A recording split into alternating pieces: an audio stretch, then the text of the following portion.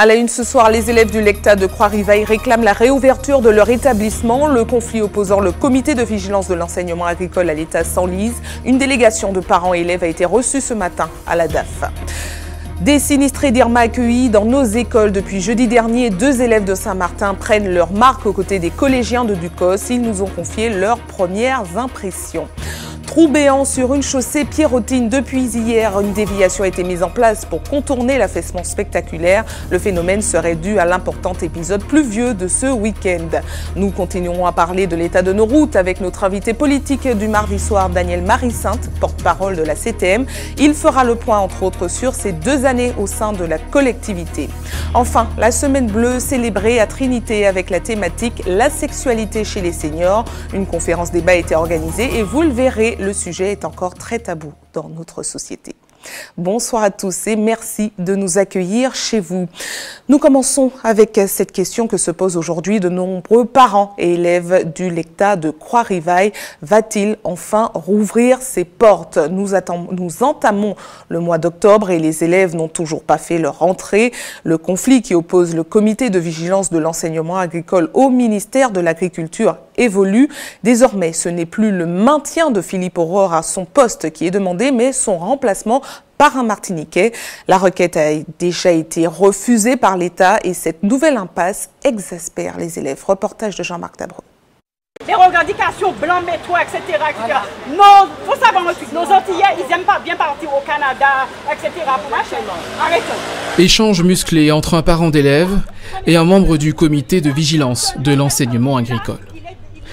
Ni les élèves, ni les parents ne veulent prendre position. Ils veulent simplement la reprise des cours. Je ne vais pas dire que les grévistes ont raison ou tort. Simplement, je dis que pour l'instant, dans la forme, il y a des barrages. Il faut trouver une solution pour que les enfants puissent réintégrer, que les professeurs puissent réintégrer leur établissement et que les enfants puissent reprendre une scolarité normale. C'est pour reprendre l'école. On est un certain nombre d'élèves, plus de 200 normalement. Et on commence vraiment à en avoir marre de rester chez nous. Mais l'accès au lycée reste bloqué. L'établissement désespérément vide. Depuis vendredi, les manifestants ne demandent plus le maintien de Philippe Aurore au poste de directeur, mais son remplacement par un Martiniquais. On a suffisamment de cadres martiniquais compétents, formés, qui peuvent occuper ces postes. Nous, on veut que nos jeunes que nous formons au LECTA de Croix-Rivaille aient comme prospective un jour de travailler dans leur pays. Une proposition fermement refusée par les représentants du ministère de l'Agriculture. C'est pas raisonnable, on est en République. Je pense que ce qui doit faire le choix des gens dans leur affectation, c'est avant tout leurs compétences et leur capacité à remplir leur mission. Embourbés dans un conflit qui dure depuis plusieurs mois, chacune des parties accuse l'autre d'être responsable du statu quo. Il y a eu une logique de pourrissement que je comprends parfaitement à la guerre comme à la guerre, de manière à pouvoir faire monter la pression des élèves et des parents contre ceux qui sont considérés comme les responsables. Alors l'État ne joue pas du tout le pourrissement, l'État a pour objectif de rouvrir le plus rapidement possible le lycée pour que les élèves puissent faire leur rentrée. La partie qui joue le pourrissement, c'est plutôt celle qui bloque. Aujourd'hui, les élèves ont porté leur message au comité de vigilance et à l'État, dans l'espoir d'une rapide sortie de crise. Autre mobilisation, celle des agents de la ville de Fort-de-France affiliés à la CGTM-SOM qui sont en grève depuis hier. De nombreuses écoles et crèches de la capitale sont encore fermées aujourd'hui. Des négociations entre le maire et les représentants syndicaux sont en cours. Nous retrouvons tout de suite Jean-Marc Dabreux en direct de la mairie. Jean-Marc, la grève va-t-elle se poursuivre demain ? Eh bien écoutez Sabrina, impossible de vous répondre pour le moment. Depuis cet après-midi, 16h, le syndicat CGTM est en compagnie du maire au 6e étage de la mairie pour une réunion de négociation. Des négociations qui ont commencé ce matin avec parmi les premières revendications qui étaient posées par le syndicat, c'est de pouvoir avoir l'élu délégué en charge du personnel. Alors selon nos informations, ils discutent en ce moment le point numéro 4 du cahier de revendications qui concerne notamment l'organigramme de la ville de Fort-de-France. et les discussions se poursuivent et on attend encore dans le courant de la soirée à savoir si la grève ou non va se poursuivre ici à la mairie de Fort-de-France. Je vous propose de vous rejoindre un petit peu plus tard dans ce journal dès que nous avons cette information. Très bien, merci à vous Jean-Marc Dabreux. Et pendant que certaines écoles sont restées portes fermées aujourd'hui, d'autres ont accueilli des élèves sinistrés de l'île de Saint-Martin au collège Asselin de Beauville de Ducos. Ce sont 2 jeunes de 11 et 14 ans qui prennent de nouvelles marques depuis jeudi dernier. Louis Sabas les a rencontrés, regardez. Je vais te donner ce matin tous les exercices que nous avons faits depuis le début de l'année. Suivi particulier pour Enzo. Le jeune Saint-Martinois n'a commencé les cours que depuis quelques jours. Ceci, c'était le devoir à faire à la maison. Bien qu'en phase d'adaptation dans son nouvel établissement scolaire, il apprécie de reprendre d'une façon quasi normale sa vie de collégien. Oui, ça se passe bien. Je me suis fait des amis et tout. L'école, c'est important et il faut toujours aller à l'école. Il n'est pas le seul originaire de Saint-Martin au collège Asselin de Beauville. C'est aussi le cas de Candice, en 6e. Ces 2 élèves venus de la ville de Marigot, côté français, ont vécu le passage dévastateur de l'ouragan Irma. Leur établissement scolaire a été détruit et s'ils ont la chance de retrouver le chemin des classes, ils ne peuvent s'empêcher de penser à leurs amis restés là-bas. C'est que ça va un peu mieux à Saint-Martin, mais je les ai sur WhatsApp ou des réseaux sociaux, donc je peux savoir qu'est-ce qu'ils font, s'ils vont bien. Je ne sais pas qu'est-ce qu'ils font, peut-être ils sont toujours dans leur maison, ils sont peut-être pas à l'école encore, peut-être mes cousins, je ne sais pas. Des questions sont aussi posées par leurs camarades. Ces rescapés acceptent de raconter leur histoire, même s'il est parfois douloureux de reparler du cyclone et de leur venue en Martinique. J'ai dit que c'était un peu fou parce que le vent il était très fort et j'avais un petit peu peur. Et il y a mon frère qui tenait la porte. Et la porte, s'il n'était pas là, la porte allait s'ouvrir et tout allait sortir. J'ai pleuré un peu dans l'avion quand je suis venue. Enfin, d'abord, j'ai été en Guadeloupe. Ensuite, ma maman est venue me chercher. Je suis allée en Martinique. Pour aider à leur intégration, ils disposent d'un tuteur. Et, comme pour tout élève qui rencontrerait des difficultés particulières, un dispositif est mis en place par l'établissement, une prise en charge globale des enfants et de leur famille. Donc, le service médico-social est averti de manière à avoir une vigilance particulière parce que ce sont des enfants qui peuvent rencontrer des difficultés matérielles, psychologiques, matérielles. Donc nous avons tout ce qu'il faut pour aider les familles dans ces cas-là. Donc on peut même faire des commissions de fonds social d'urgence. Et puis donc dans l'établissement, nous avons aussi des cellules de veille pour éventuellement, si les enfants ont besoin d'écoute, puisque quand on vit des moments comme ça, c'est parfois très difficile, même si ça a l'air d'aller bien pour nos 2 élèves. Candice a été par le passé scolarisé en Martinique. Enzo, lui, aimerait finir son année scolaire avant de repartir. Ici, ces 2 élèves vivent avec leur mère, mais leurs pères sont restés à Saint-Martin pour travailler et aider à la reconstruction de l'île. Alors pour l'heure, ni la direction, ni Enzo, ni Candice ne savent réellement combien de temps ils étudieront encore au collège Asselin de Beauville. Nous vous en parlions hier soir, un énorme trou s'est formé sur une chaussée à Saint-Pierre à proximité de la Roxelane. Une conséquence des intenses averses qui se sont abattues ce week-end dans la commune. La chaussée concernée se trouve sur une voie communale qui jouxte une départementale. Selon les anciens, elle aurait été construite sur la Roxelane et aujourd'hui la question se pose: à qui appartient cette route et comment a-t-elle été construite? Voyez les éléments de réponse d'Hubert Bornil et de Michelet François. Au-delà de cet affaissement, ce trou que l'on constate juste au niveau de la Roxelane, aujourd'hui toute l'attention se cristallise sur ces panneaux indicateurs. Alors là, on ne comprend pas très bien, s'agit-il d'une nationale, d'une départementale? En tout cas, le maire de Saint-Pierre a découvert qu'il s'agit tout simplement d'une communale. Travail, bon Dieu. C'est bon Dieu. Oui. Et pas travailler. Oui. C'est bon Dieu. Oui, bon Dieu. C'est qui est ça. Si vous pensez un jour qu'on tout en déclame. Mais c'est Pierre Madou, la rivière qui a passé plutôt pas ici, là, comme ça. Les anciens tentent de comprendre ce qui a pu causer cet énorme trou dans la chaussée. Sur place, le maire, le sous-préfet et aussi les enquêteurs du BRGM. Très rapidement, la question de la responsabilité se pose, celle du classement de la rue notamment. Et que penser de l'attitude du maire qui découvre aujourd'hui seulement qu'il s'agit d'une voie communale? Je ne vais pas passer ma vie dans les archives de, comment dirais-je, du cadastre, alors que j'ai des problèmes du quotidien à gérer. Qui est-ce qui a mis les panneaux là? Qui est-ce qui a mis les panneaux là depuis le début des années 2000? Vous le savez vous-même? C'est la région Martinique, c'est la CTM qui entretient cette voie régulièrement, qui l'a regoudonnée il n'y a pas si longtemps que ça. En fait, la CTM jusqu'à présent l'entretenait pour vous. L'une de ses adjointes explique l'objet de la crispation. Il y a dit ça en route communale, mais filmez panneaux là aussi, il y a des panneaux. Imagine National 2, ça voudrait dire quoi ça? National 2 quand même prêché. Mais oui, National 2. Après ça, on comprend depuis qu'il y a les Corbet aussi. Mais oui, eh ben pour moi même personnellement, je comprends que c'était en route. Ah, vous pourquoi tu es bien gardé toutes ces larias qui n'y ont pas vu? Nous pourquoi tu es bien gardé, exactement. À bien regarder, la signalisation à cet endroit n'est pas des plus claires. N2, RD10, la direction du prêcheur, bref, on s'y perd. Toutefois, la rue s'appelle rue de la Vieille Halle. La rivière est passée plutôt par ici, là, comme ça. Mais comme il y a repoussé, il y a la machine pour te faire chimer.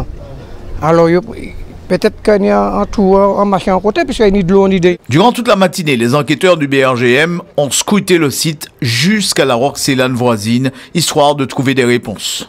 Pour l'instant, je n'ai pas encore de conclusion. Il faut d'abord qu'on fasse tout le tour, qu'on regarde ce qui se passe en amont ou en aval. Enfin, le sous-préfet a reconnu qu'il s'agissait là de vrais problèmes de sécurité. Toutes les mesures ont été prises par la mairie pour assurer la sécurité, parce que c'était la première chose à faire lorsqu'on assiste à ce genre de phénomène.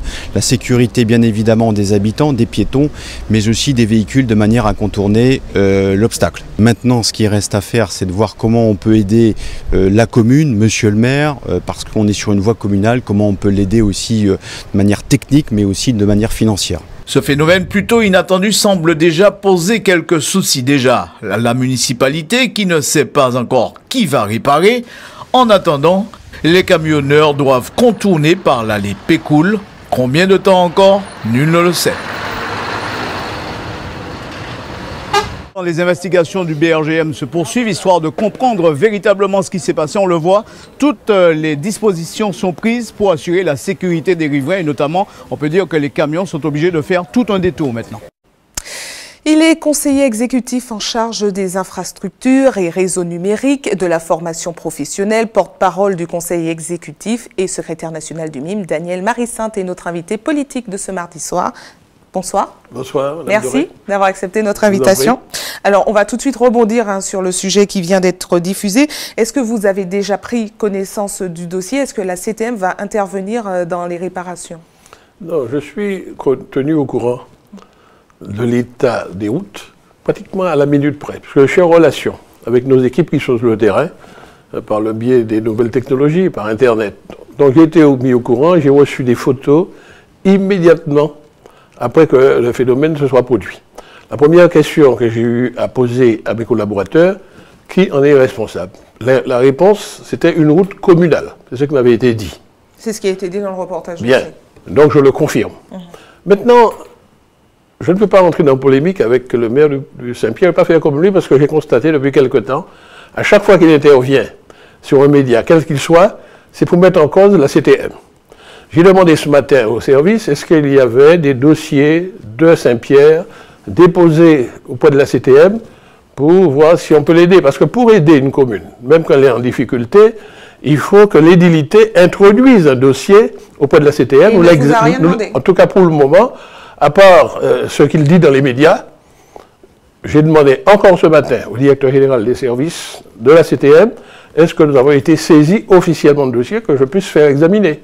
Pour le moment, je n'ai pas encore de dossier concernant cela. Mais vu qu'il pourra pas, que la mairie ne pourra pas financer, la CTM est prête à aider toutes les communes. Toutes les communes, nous avons un dispositif d'aide territoriale aux communes et aux collectivités de manière générale, communautés d'agglomération, mais il faut introduire des demandes. Ces demandes sont instruites, et puis ensuite, nous voyons, en fonction de nos possibilités budgétaires, quel est le niveau de l'aide que nous apportons. Maintenant, quand ça relève de nous, spontanément, nous faisons le nécessaire. Alors justement, de nombreuses routes départementales ne résistent pas aux importants épisodes pluvieux que nous connaissons régulièrement tout au long de l'année. La CTM a déjà augmenté les taxes sur les carburants l'année dernière justement pour refaire les routes. Aujourd'hui, qu'en est-il? Est-ce que le dossier a avancé? Est-ce que les routes vont être refaites finalement? Quelle est votre opinion? Vous circulez.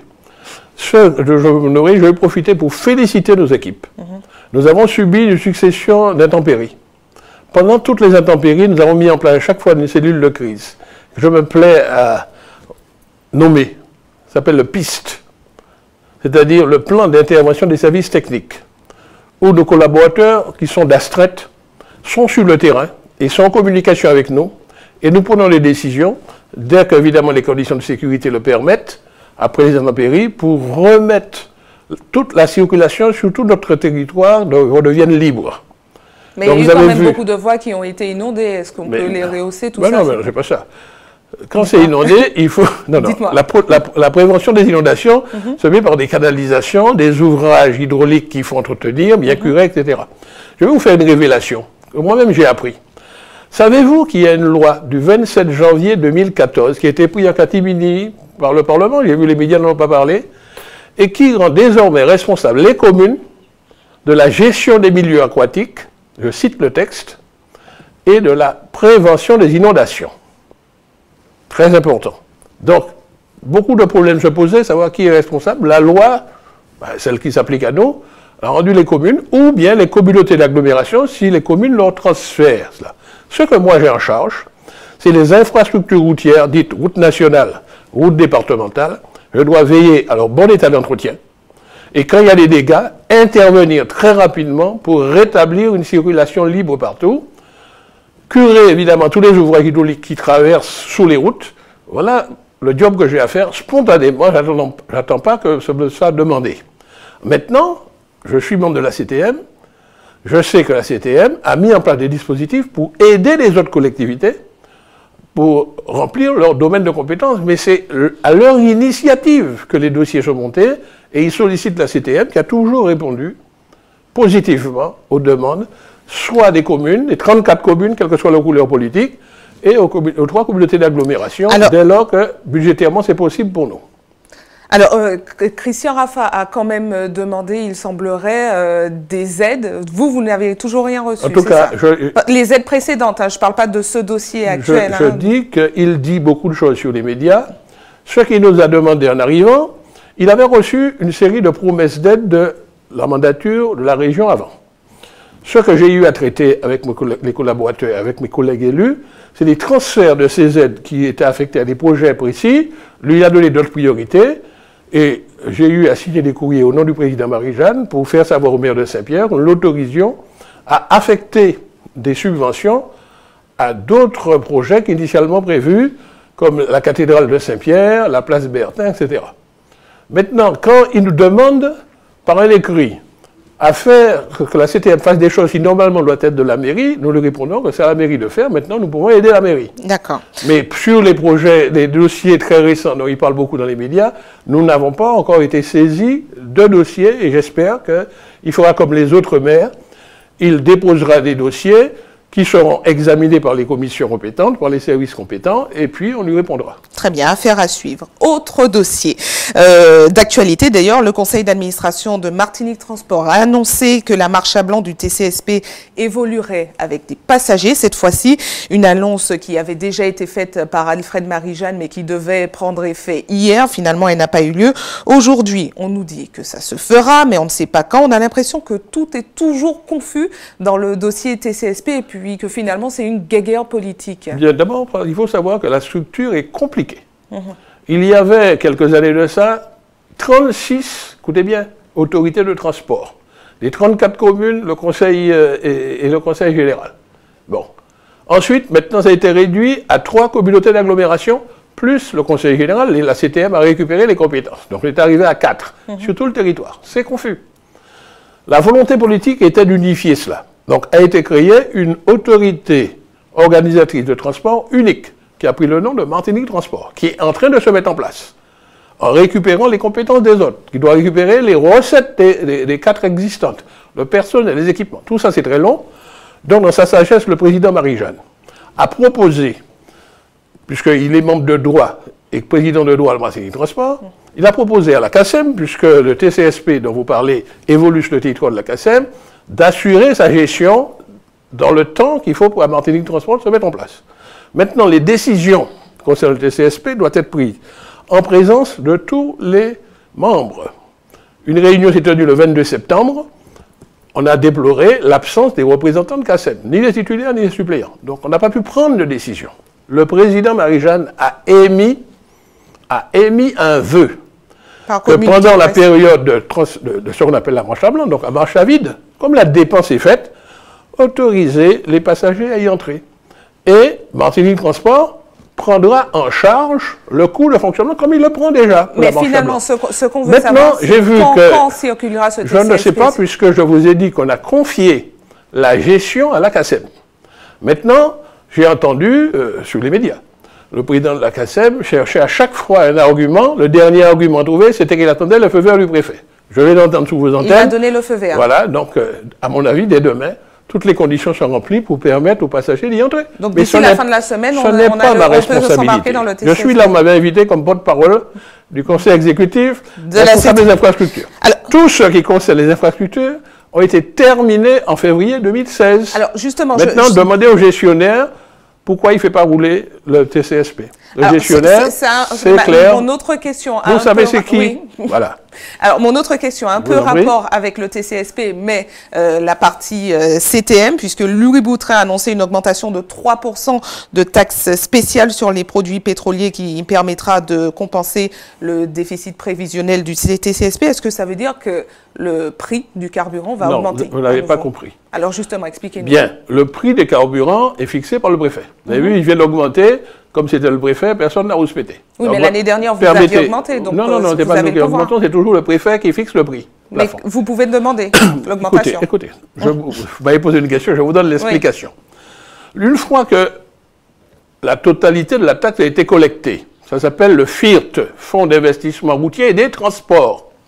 Ce qui était prévu par une loi, c'est qu'on prélève 3% de ce fonds pour consacrer au transport. Bien. Eh bien, ce qui est proposé par le président Marie-Jeanne, et que Louis Boutrin a annoncé, c'est de porter cette fraction à 7%. Donc, on n'augmente pas la taxe pour le consommateur. C'est simplement sur la masse collectée, 7% seront mis à la disposition de Martinique Transport pour financer la gestion du transport qui est déficitaire. D'accord, donc aucune répercussion sur les automobilistes? Absolument pas. D'accord, très bien.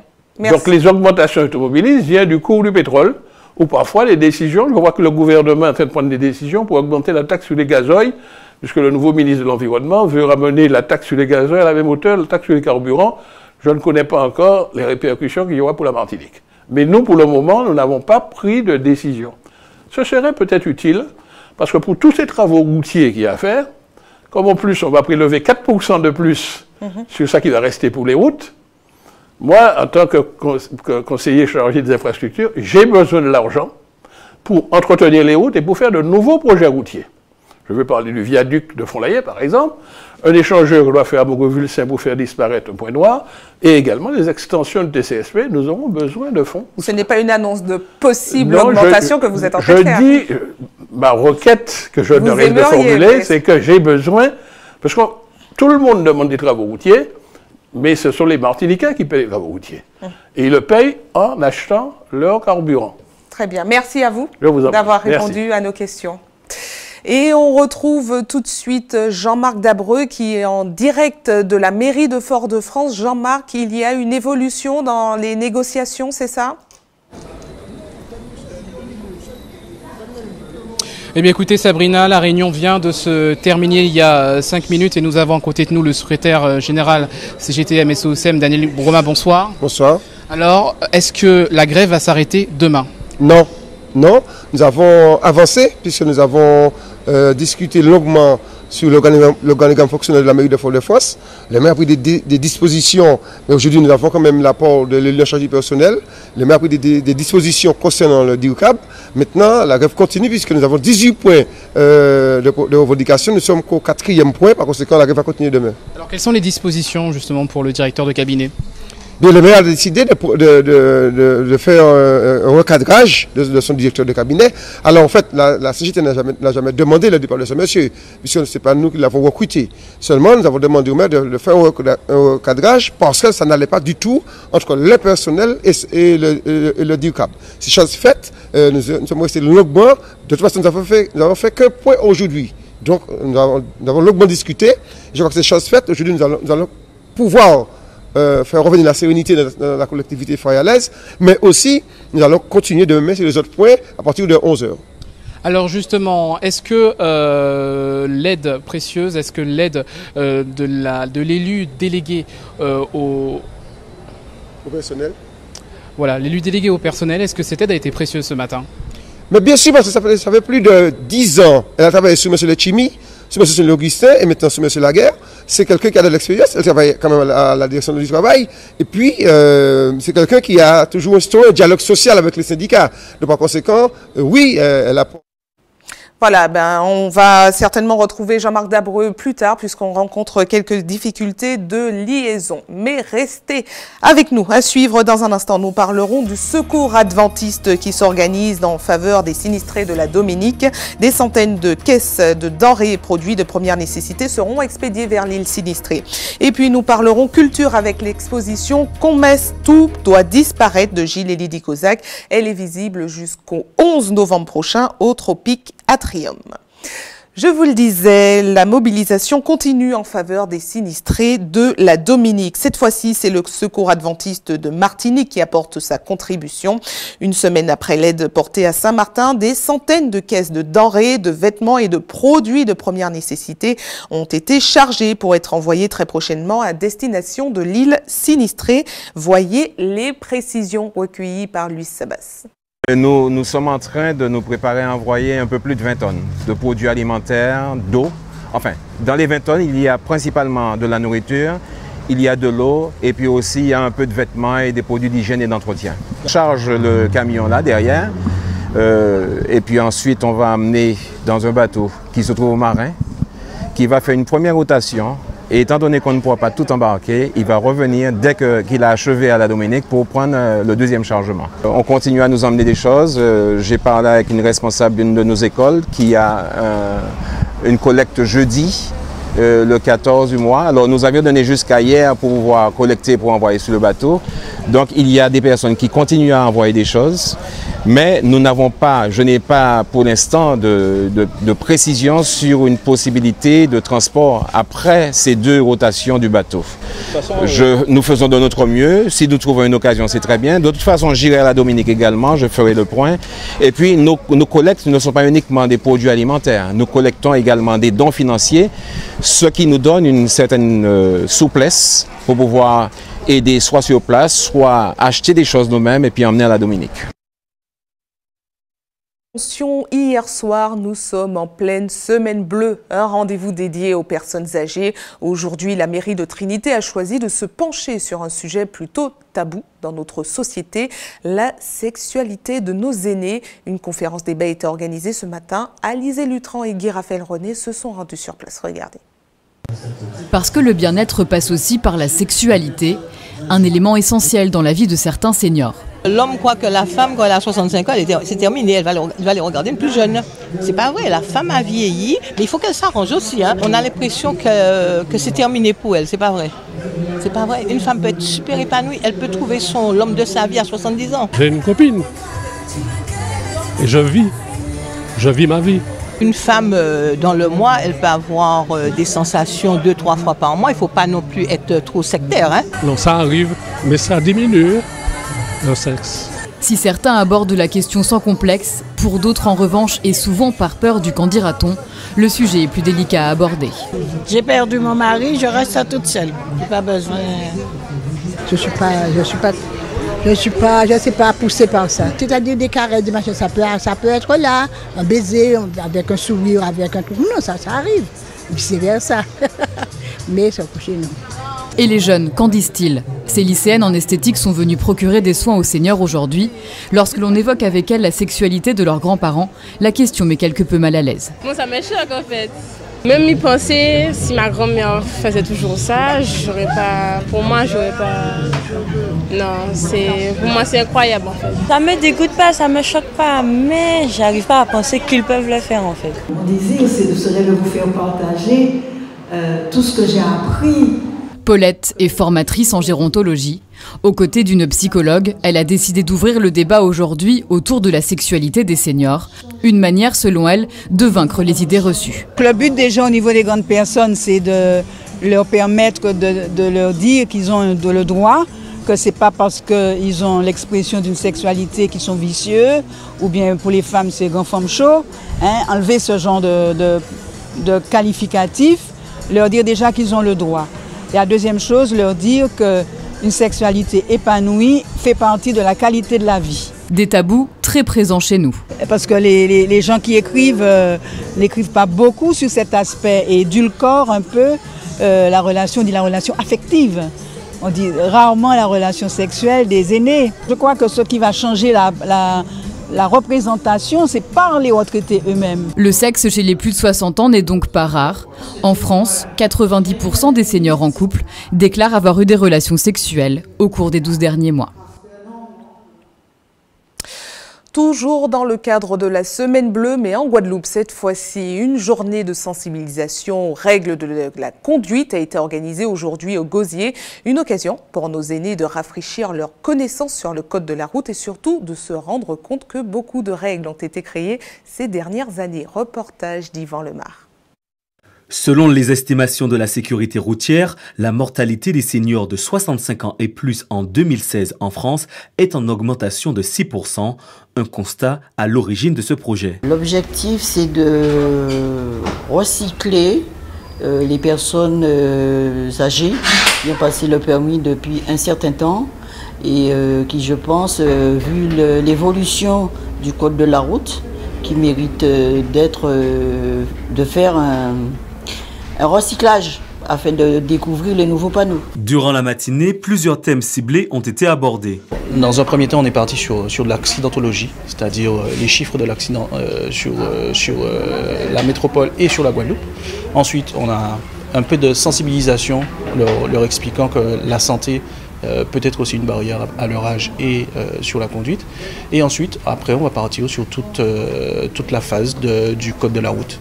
Revenir un petit peu sur les points essentiels du code de la route. Nouvelle loi, influence de la santé sur la conduite ou comment gérer certaines situations du quotidien, autant d'éléments qui ont permis de rassurer certains participants. C'est très important dans la mesure que nous avons chez nous une telle fragilité actuellement physique quand nous conduisons, au niveau de la vue, au niveau de l'audition, au niveau de la réaction, au niveau du réflexe. Et ça, effectivement, permet à nous de voir comment réagir dans des circonstances différentes. Ça nous rassure ici en tant que conducteur qui a autant d'années de permis, parce que quand tu regardes à notre niveau-là, il y a des gens qui ont 50 ans de permis, et moi j'ai 49 ans, alors vous vous rendez compte. Donc, ça nous permet de réagir et de voir qu'effectivement, de nous mettre en situation au quotidien, si vous voulez. Une évaluation de cette matinée est prévue afin de mettre en place d'autres actions durant l'année. De retour en Martinique avec le plasticien Gilles-Élie Kozak qui expose en ce moment ses œuvres à la galerie Arsenec de Tropicatrium. Comès, tout doit disparaître est présenté par l'artiste comme un véritable bazar pour faire du commerce. L'exposition est à découvrir jusqu'au 11 novembre prochain. Alizé Lutran et Guy Raphaël René vous la présentent. Regardez.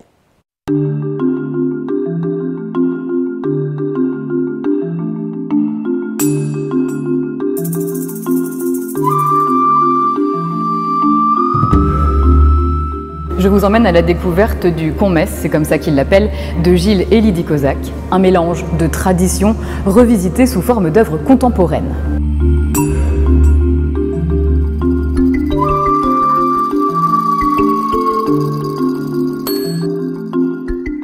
Elle part en fait de cette expression en fait que beaucoup d'enfants ont dû entendre, arrêter Picomessou ou des choses comme ça, ou voilà en fait qui signifiait aussi bien mais qu'est-ce que tu trafiques, c'est quoi ce bazar, mais aussi cette idée en fait de rencontre. J'essaye en fait d'aborder des choses sérieuses mais avec légèreté et décalage, avec une pointe d'humour, notamment en fait la série Exclave où il y a 18 portraits, enfin voilà qui peuvent aussi bien évoquer les masques africains, la traite, puisqu'en fait en fond en fait j'utilise en fait un thème qui revient. Vous l'aurez compris, l'exposition se veut participative.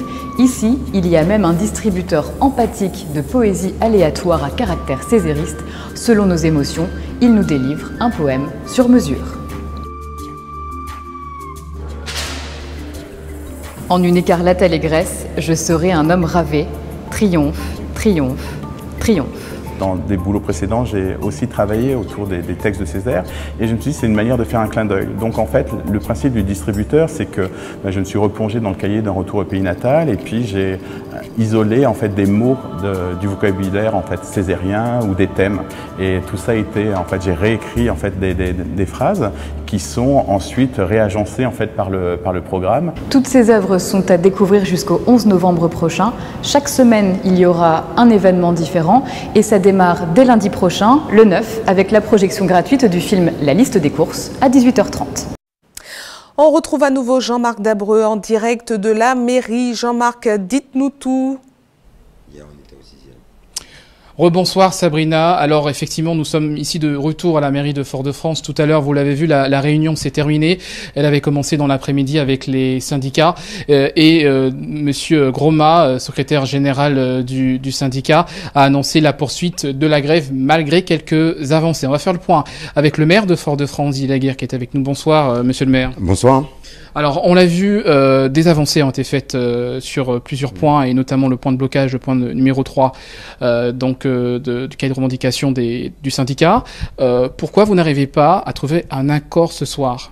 Bien, parce que nous avons 18 points dans la plateforme de revendication. Nous avons balayé un certain nombre de points. Nous avons pris un certain nombre d'accords sur l'essentiel des points de blocage. Mais il nous faut poursuivre les discussions et épuiser les 18 points. Donc nous avons pris rendez-vous demain matin pour terminer ces séances de négociation et avoir un accord global sur l'ensemble des points qui nous permettent de signer un protocole de fin de conflit.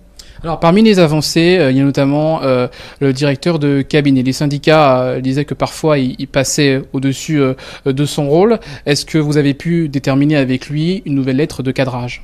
Non, parmi les points de revendication, il y a le fonctionnement global de la collectivité et la répartition des rôles et des missions des uns et des autres pour que cette collectivité et qu'une collectivité d'une façon générale puisse fonctionner normalement.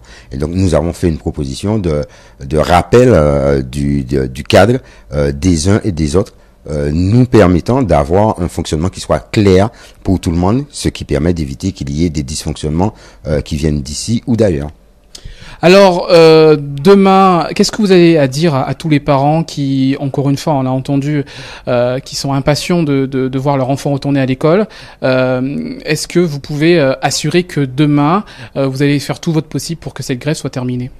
Oui, je peux rassurer les parents d'élèves et les folialaises et les folialais, martiniquaises et martiniquais qui utilisent les services publics de la ville de Fort-de-France sur le fait que je fais le maximum pour faire en sorte que les services reprennent leur activité normale dans les meilleurs délais et faire en sorte que les écoles qui ne travaillent pas demain puissent être opérationnelles pour jeudi matin, en tout cas pour que ce conflit soit terminé et qu'on puisse reprendre une activité normale et produire un service public que tout le monde est en droit d'attendre de la collectivité municipale. Alors justement, les conséquences, on sait que les écoles sont fermées, les crèches sont fermées, les services de cantine sont fermés, au niveau des administrations également.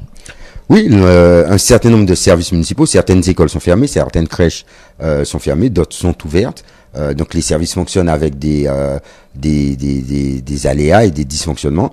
Les services du bâtiment administratif et donc les services à la population sont également fermés puisque le bâtiment est fermé. Et donc nous avons de vrais dysfonctionnements et difficultés à faire fonctionner le service à la population et cette collectivité, de l'intérêt de terminer ces négociations et d'arriver à un accord le plus vite possible pour un retour à la normale. C'est l'objectif que je poursuis avec ceux qui m'accompagnent dans cette négociation.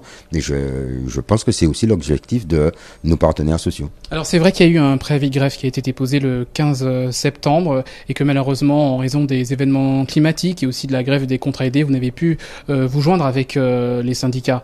Mais au-delà de ça, est-ce qu'il n'y a pas un problème de dialogue social au sein de la mairie de Fort-de-France pour éviter justement d'arriver à ce genre de situation de blocage? Non, on a un préavis de grève qui a été déposé, une première réunion qui avait été fixée au 11 septembre. Justement avant l'entrée en vigueur de ce préavis. Cette réunion n'a pas pu se tenir parce que nos partenaires sociaux ne pouvaient pas participer à cette réunion, qui a été renvoyée avec le passage du cyclone et ensuite les événements de la grève. Nous avions refixé un rendez-vous qui a dû être décalé à lundi matin. Donc chaque fois qu'on a des problématiques qui s'opposent, nous avons en mairie de Fort-de-France l'habitude d'ouvrir les discussions avec les partenaires sociaux. Maintenant, il peut arriver que certaines discussions ne puissent pas aboutir avant la fin du préavis et que donc on passe à un mouvement de grève. Mais on a une habitude et une pratique de dialogue social à la mairie de Fort-de-France qui nous permet d'éviter au maximum les conflits. Merci beaucoup Didier Laguerre, maire de Fort-de-France, d'avoir accepté de répondre à nos questions. Voilà ce que vous pouvez dire ce soir, Sabrina, sur cette grève ici à la mairie de Fort-de-France. Vous l'aurez compris, les écoles, les crèches, les cantines, l'administration sera encore perturbée demain. Merci à vous, Jean-Marc Dabreux. Information pratique avant de refermer cette édition pour ceux qui souhaitent faire un don de sang demain. Un camion de l'EFS sera stationné de 9h à 14h sur le parking du centre commercial La Galeria face aux fleuristes. Et puis, comme chaque jour ouvré, une équipe sera également à votre disposition de 9h à 16h à la maison du don au CHU Pierre Zobda Kittmann au quartier Lamena à Fort-de-France. Et c'est la fin de votre journal local et régional. Mais restez avec nous, on se retrouve tout de suite avec Antje Peya. À tout de suite.